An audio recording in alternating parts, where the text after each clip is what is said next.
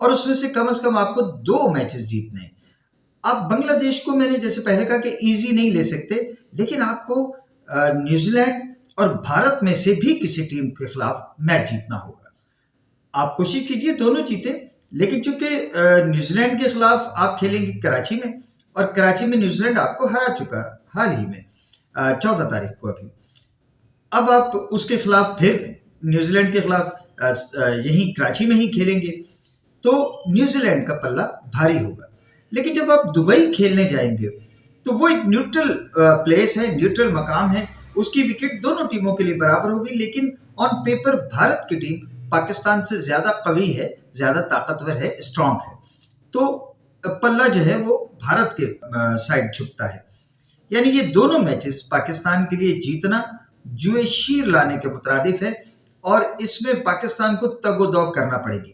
پاکستان کی ٹیم کی سلیکشن پہ باتیں ہو رہی ہیں، وسیم اکرم بھی کہہ چکے 2 انٹریز پہ 2 کھلاڑیوں پر ان کا بھی اعتراض آیا. راشد لطیف نے تو بڑا بلنٹ بولتے ہیں، راشد لطیف نے تو ٹوٹلی 6-7 لڑکے کہہ دیا ہے کہ ایسے سلیکٹ ہوئے ٹیم میں کہ جن کی پاکستان کی ٹیم میں جگہ نہیں بنتی تھی. لیکن اب ایٹ دا 11th hour اب پاکستان کی ٹیم کو بینگ پاکستانی ہمیں بیک اپ کرنا ہے. تو اعتراض اب جو بھی ہیں ان کو اپنے سینوں میں دفن کر لیجئے، لب پہ نہ لائیے، کہ اس سے پھر آپ کہیں گے کہ جی آپ نے ٹیم کا مورال ڈاؤن کیا، جو کہ آلریڈی میں سمجھتا ہوں کہ پہلے ہی ڈاؤن ہے. رضوان صاحب ہمارے بڑے ماشاءاللہ اسلامی ٹچ دیتے ہیں، وہ بھی ہمارے ایکس کپتان اور جو کہ پاکستان کے ایکس پی ایم بھی ہوئے، دنیا کی نامور شخصیت کہ جو اسپورٹس کی شہرت کی بنا پہ ایک ملک کے وزیر اعظم کے چیف ایگزیکٹو کے عہدے تک پہنچے، عمران خان صاحب. ان کو بھی جب وہ سیاست میں آئے تھے تو پھر ان کو بھی جو ہے وہ پوش کیا جاتا تھا کہ جی اپنی تقریروں میں، اپنے خطابات میں، اپنی پریس کانفرنسز میں اسلامک ٹچ دیجئے. تو یہ بھائی بھی ہمارے جو ہے اسلامک ٹچ دینے کی کوشش کرتے ہیں، اور ان پر بھی باتیں ہو رہی ہے کہ جی وہ ہر بات ماشاءاللہ کہہ دیتے ہیں. یعنی ٹیم ہاری ہوئی ہے تو وہ ہارے ہوئے پہ بھی کہتے ہیں کہ جی ہماری ٹیم جو ہے وہ ہار گئی ماشاءاللہ.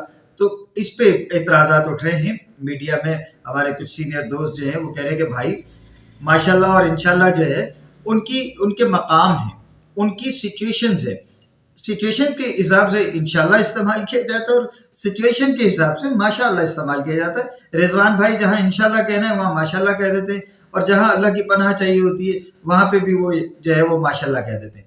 تو اللہ پاک ان کو بھی ہدایت دے، کیونکہ یہ رضوان کی مثال میں یوں بھی دیتا ہوں کہ رضوان بھائی جو ہے نا، وہ جو 2 طوطوں کی کہانی ہے نا کہ ایک پنجرے میں 2 طوطے ہوتے تھے، ایک ہر وقت جو ہے وہ مغلظات بکا کرتا تھا اور دوسرا ہر وقت جو ہے وہ سجدے میں پڑا رہتا تھا.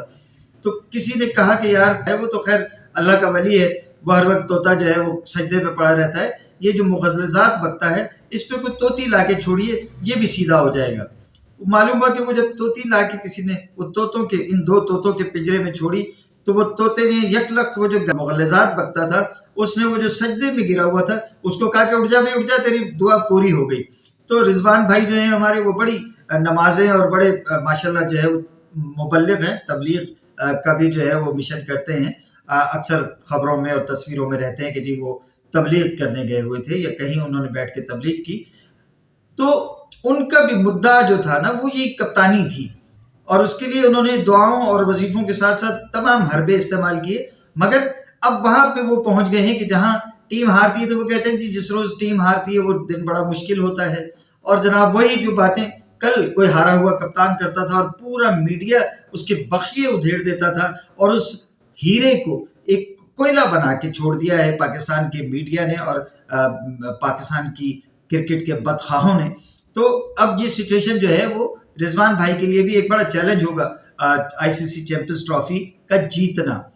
کوئی ہم ادھر نہیں سنیں گے کیونکہ ان کی کپتانی پہ بھی باتیں اٹھ رہی ہیں کہ جو نیوزی لینڈ کے خلاف جو آخری فائنل میچ انہوں نے کراچی میں کھیلا، ابرار نے ایک بال کی، معلوم ہوا کہ وہ جو ابرار بار بار اصرار کر رہا تھا کہ بھائی آؤٹ ہے بیٹسمین، گلین فلپس آؤٹ تھے، رضوان نے اس پر جو ہے ریویو نہیں لیا. تو وہ ریویو نہ لینے پر رضوان ان دنوں خاصے جو ہے تنقید کی زد میں ہیں. بہت ساری چیزیں ہیں، بہت سارے معاملات ہیں کہ جو بگاڑ کر رضوان بھائی جو ہے وہ اس کپتانی کے مقصد تک پہنچے. بہرحال اب آئی سی سی چیمپئنز ٹرافی ان کا ٹاسک ہے، انہیں اس پہ پورا اترنا ہے. انہوں نے اپنی پسند کے کھلاڑی بھی لے آئے ہیں.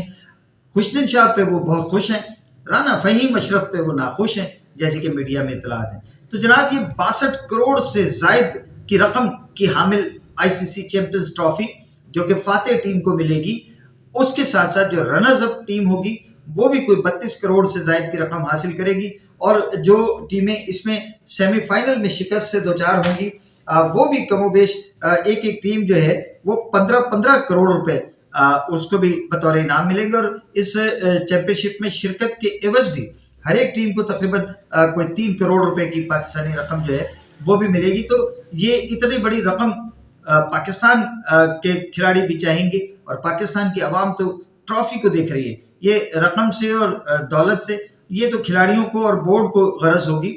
جو پاکستانی عوام ہیں وہ صرف اسی بات میں خوش ہو جائیں گے کہ یہ ٹرافی پاکستانی کپتان جس طرح کے سرفراز احمد نے 2017 میں اٹھائی تھی گوروں کے دیش میں, سے جب یہ ٹرافی حاصل کی گئی تھی انگلینڈ میں, تو جیسے وہ خوشی پاکستان کو سرفراز نے دی تھی اور سرفراز دھوکہ نہیں دے گا, تو یہاں قوم کی خواہش ہے کہ رضوان بھی قوم کو دھوکہ نہ دے.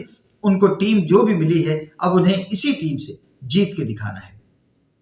بی بی جی بالم بولے گا, کوئی بولے نہ بولے بالم بولے گا. اجازت دیجیے, اللہ حافظ. پاکستان زندہ باد.